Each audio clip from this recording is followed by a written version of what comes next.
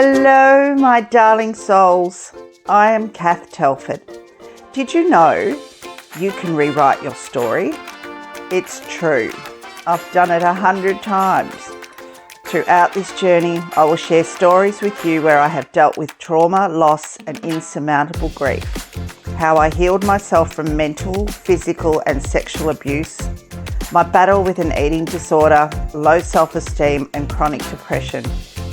I will also share lots of happiness and joy. Along the way, I will have some amazing guests who have inspired me and helped me become the woman I am today, all of whom have transformed their own lives. My mission with this podcast is to create a community, one where you will feel seen, heard, and above all else, loved. You are invited to reach out to me with your questions and input on what you would like to hear. With your permission, I will open your hearts and minds to the truth about life. This ride may get bumpy at times, so buckle up and let's go. Good morning, evening, afternoon, wherever you are, and welcome to my podcast. I am so freaking excited to be able to share this with you, this big dream of mine that is finally coming to the forward position, for want of a better term.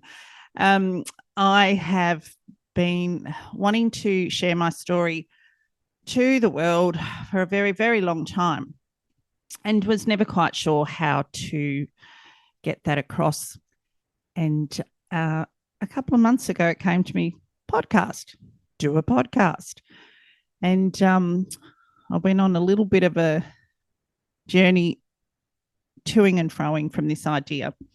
But I knew that it was the platform that I needed to come on to share my story and tell you a bit more about who I am, where I've come from, what I've been through in life that's led me to where I am now, at 58 years of age, starting a new online business and doing this, which is fucking exciting. So I am so grateful to each and every one of you, for all of you who are listening that have helped me through the last couple of months to get to this stage. All the questions that I've asked back and forth, the doubt that I have felt, the unworthiness that I've felt, and the inability that I've felt to think that I could do something like this. And the common response from most of my friends and family who know me and love me and have been through it all with me, the common response was, Kath, you could talk underwater, get on the mic, tell your story. So here I am. So trying to decide on what the best first episode could be. And I have gone back and forth with, do I start from day dot?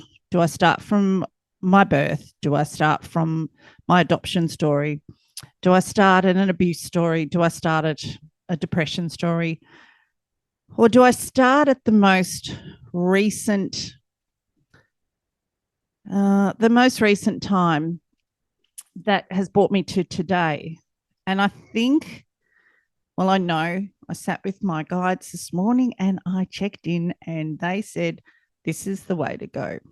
So I'm going to take you on a little bit of a background journey, first of all, so that you understand the scenario and the situation that I came to be in when I had this huge awakening back in March. I have a 31-year-old son who has given me full permission to talk about him and his journey and how intertwined we have been with each other for the last 15 years throughout his journey and mine. My son has battled a drug addiction since he was about 16 or 17 years of age. And over these years, 15 years now, I think we're up to, we have gone to hell and back on so many occasions. I can't even begin to tell you today, but the stories will come. And in time, I hope that he will join me on a couple of episodes to share how he's going on the other side of this. But so back to me. A few years ago, I had a group of girlfriends reach out, and we were going to go to, please excuse me, I say a lot. I'm trying to work on that one. We were going to go on a girls' weekend retreat, a gathering of the goddesses, it was called. And good old Big C hit in 2020, and it put a big spanner in the works. And we'd all paid for our tickets, and we'd all booked the events at the festival that we wanted to attend. So fast forward to the end of last year, mid to the end of last year, my son had entered rehab, which was the first time ever. First time ever he had gone into rehab, and not necessarily because he chose to. It was a case of he had to by that stage. And I had so much hope, so much hope. I was so engaged in his outcome. And to be brutally honest, I had been for 15 years. I had become so addicted to his addiction and so involved in his life to the point where I forgot all about me. I forgot all about mine. My health was suffering. I was gaining weight. I was depressed. I was living in a state of hypervigilance where I was just waiting for the next penny to drop, the next shoe to drop, the next phone call from whoever was going to call me with some bad news. So he went into rehab. I was so hopeful.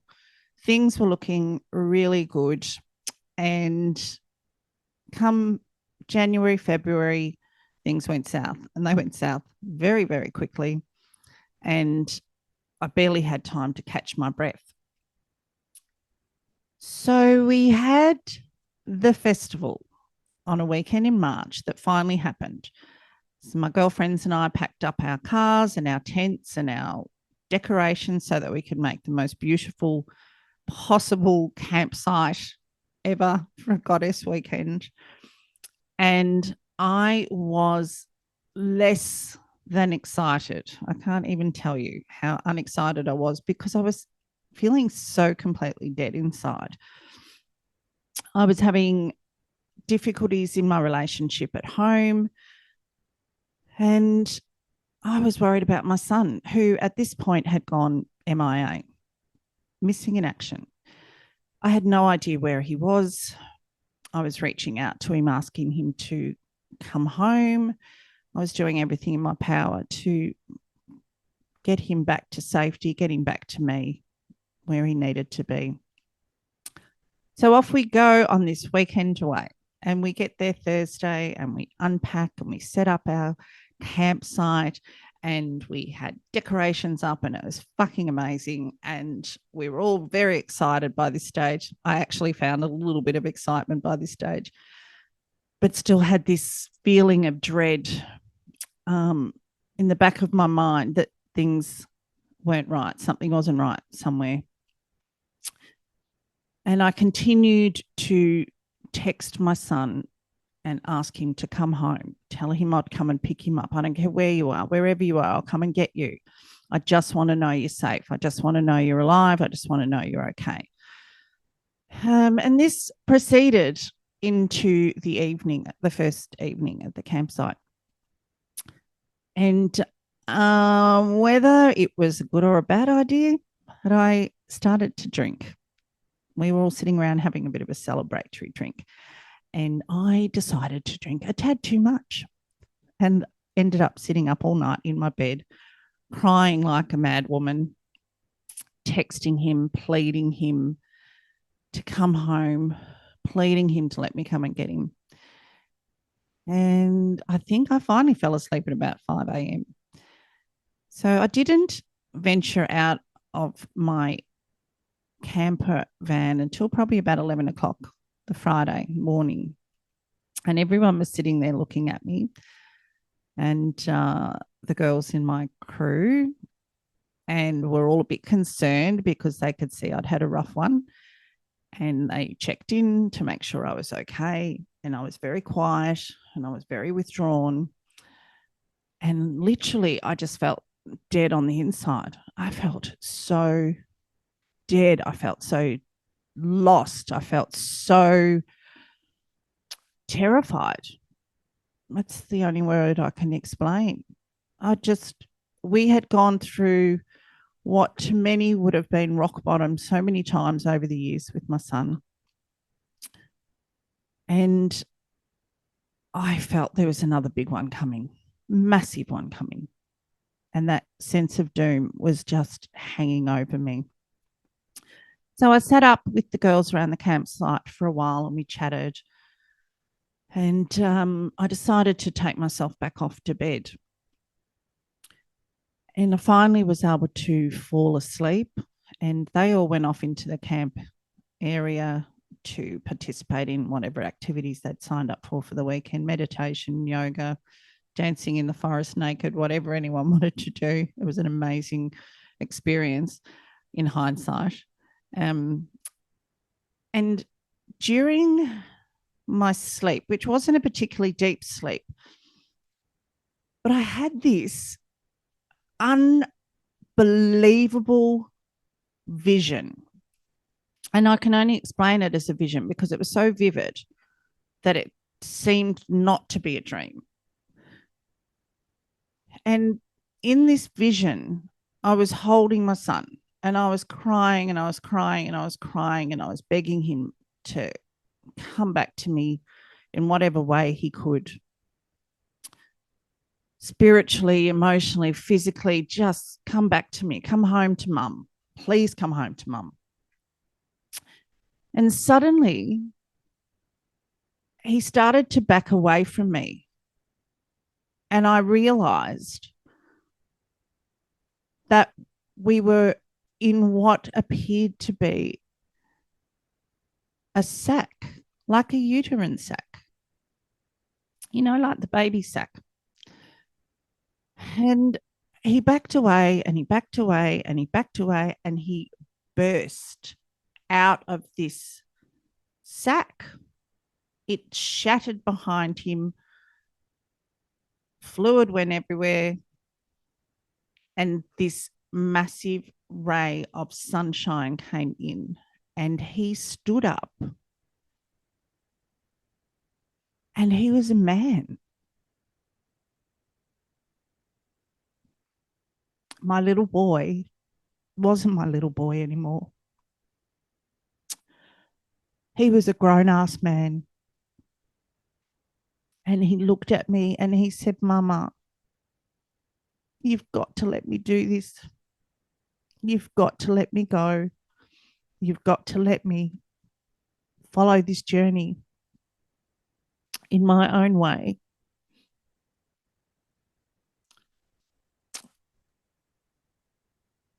And I woke up from this vision, dream, whatever it was. And the grief that I felt in my heart was probably the most deep grief I think I've ever felt. When the girls came back to camp and I heard them all arrive back one at a time, and I ventured out of my campsite, out of my camper, and I shared this story with all of them. And we all sat there and we talked about different things and different aspects of what it could have meant. I knew what it meant. It was pretty clear. But we talked it through. And then we all proceeded to get on with our afternoon and go back around things. But I couldn't shift this grief. I couldn't move this sense of loss. It was so deep inside of me. And it was like nothing else I'd ever felt. And I've been through a lot of loss and grief over my life. I've lost my mum, my dad, my birth mother. friends, but this felt like I'd just lost my child, my son, my little boy. And it was horrible.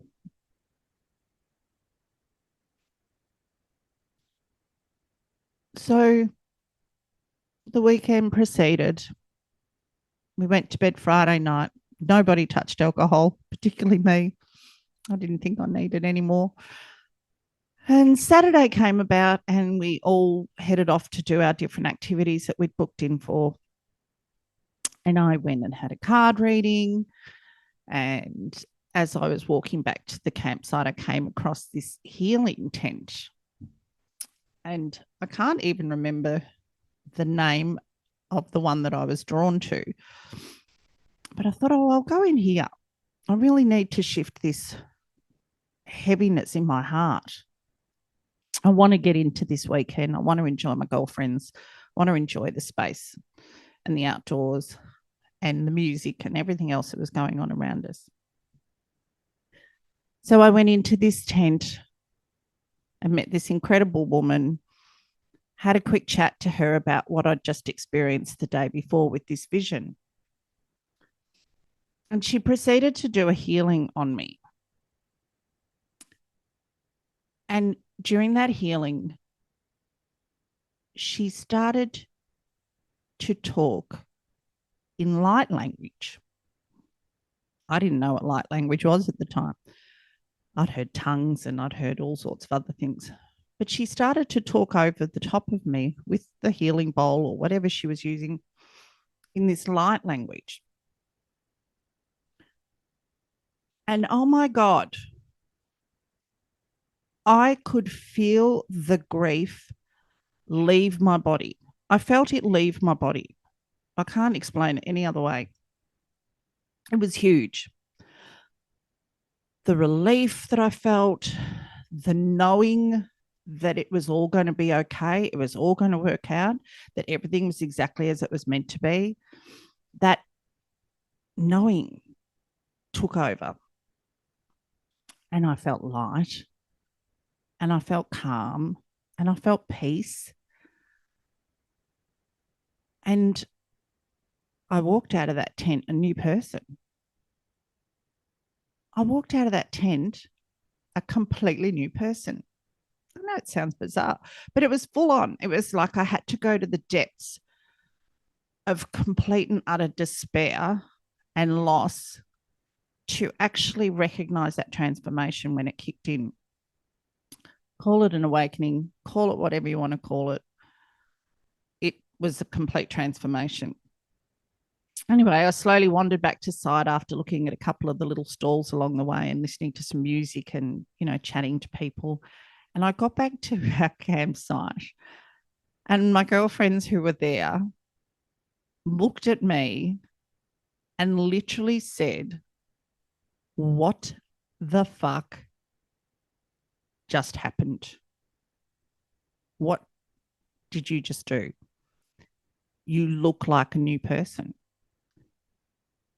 And I took a photo. I took a couple of photos of myself because I couldn't understand why they were banging on and saying this to me because, I felt like a new person. But the fact that they saw the transformation in my face, and they all said to me, and then another girlfriend came back to camp, one of my dearest friends, beautiful shout out, Kim, came back to camp after a meditation session, and she looked at me and she was chat, chat, chat. And she looked up and she went, "Oh my God, what happened? What did you do? You look so peaceful. Tell me all about it." And I couldn't really talk about it. I couldn't really put into words what I had just experienced. Only that I felt like $1,000,000. Anyway, fast forward, took some photos, and damn it, I looked like a different person. And I will post the photos on my Instagram. Not the greatest photos, but when you see my eyes were the bluest I think I've ever seen them. They were clear. My skin looked clear. And I can't even explain what happened. Only it was the most amazing thing that I think I've ever felt. Weekend progressed. Sunday morning, I wake up to a huge kick up the ass from the universe saying to me, when are you going to start doing your healing work again? So the again came from, I tried this 20 something years ago, and life took a big turn for me back then, which is another story I'll go into. And I was like, what do you mean? What am I supposed to do? What are you telling me I need to do? I work full time. I haven't got time to start a business. Bloody, bloody, bloody, blah, all the excuses under the sun. And they said to me, you need to start doing your healing circles again. You need to start sharing your word. You need to start teaching people what you know and telling your story. And so I did. In a nutshell, I got back from that weekend. I set up a website. I set up my Instagram page, which wasn't great because I'm not exactly technically switched on, but I gave it a good red hot go. I ran about town, putting flyers around, booking places to hold my healing circles. You know, I put all the strategies in place that I thought were going to get me people or get me clients, get me business, whatever. I had every good intention. And it didn't quite work out as I first thought. You know, I named the company or the business Radical AF, Forgiveness Coach. Because following another healing, the woman told me that I was going to do this and it was going to be successful. It was going to be amazing. And I needed to put a modern spin on what I already knew that I'd learned 25 years before. Radical AF. That's what I came up with. And I still fucking love that name because that is pretty me. I'm pretty good, Radical AF. I'm slightly nuts. I'm completely batty. I love it. I love who I am. I really do love who I am. And I'm very grateful for the personality that I've got. Anyway, long story short, Radical AF didn't quite kick off the way I wanted it to. And I came across on the internet one day a woman named Monique, who is Conscious Hub on TikTok and YouTube, if you look for her. Shout out Mon, my first ever spiritual mentor. Well, the first in 25 years. And I did a 4-week mentorship with her and got to see some more insights into myself and learn a bit more about myself and do some more healing. And then from there, I noticed I got angry. I had a lot of anger coming up. And I didn't know that I had that much anger inside me. Anyway, we worked through that. And I went on my merry way and processed a few more things that were coming up. And then I came across my gorgeous Natalie Patterson, who is my current coach and mentor. And I am ever, ever, ever, ever so grateful for her and the love and the undeniable support and encouragement that she gives each and every one of her clients to get them to exactly where they need to be or want to be, for want of a better word, to where they want to be and deserve to be. And so she's helped to get me to this point where I'm sitting here with you today, banging on to you on a microphone, telling you my life story. Anyway, there you go. That's the most recent time that has helped to lead me to where I am today. And it was a pretty big one. And I didn't want to cry on my first episode, but when I talk about my kids, they make my heart swell so much, either good or bad, but they make me cry with pride and with love. With fucking massive headaches sometimes, but I love them both so dearly. So that is it for me for my first ever podcast. There will be plenty more to come. I will be having so many amazing guests along the way. I've already got a list of people that want to come on here and share this experience with me and share their stories with you and the transformations that they've had in their lives and the shit that they've been through and how they got to where they are now. And there won't be any glossing over, because I don't believe in glossing over, because people need to know, you need to know the real steps that we had to take to get to the other side. And it's not to say that every day isn't still a challenge. There will always be things coming up. And today, full disclosure, trying to get ready to make this podcast and coming up with ideas on what to share with you. Can I tell you the amount of shit that has come up for me, memories that I had completely blocked out, things that I'd never talked about to anybody. So, in the last couple of weeks since I decided to make this podcast, I've done a shitload more healing. And I've cried a lot and I've laughed a lot. And I can't actually say how grateful I am. I can say I am so grateful for all of it, because every time I go through it, I wake up feeling better and fresher and more equipped to deal with whatever else the world's got to throw at me. So thank you to each and every one of you who have tuned in today. I hope that you get as much out of this podcast as I do sharing it with you. And there will be show notes to tell you how you can get in touch with me, to share your stories, to reach out, talk to me, ask me questions, anything you want to do to make you feel part of this, because this is a community. This is something that I've been wanting to do for a very long time, was create a safe space for people to share their stories. And we've all got them and we all deserve to speak about them. And we don't know who we are going to touch with our story and whose life we could change. So I love you. I am looking forward to my next episode with you and every episode after that. Take care. Love you all, my darlings.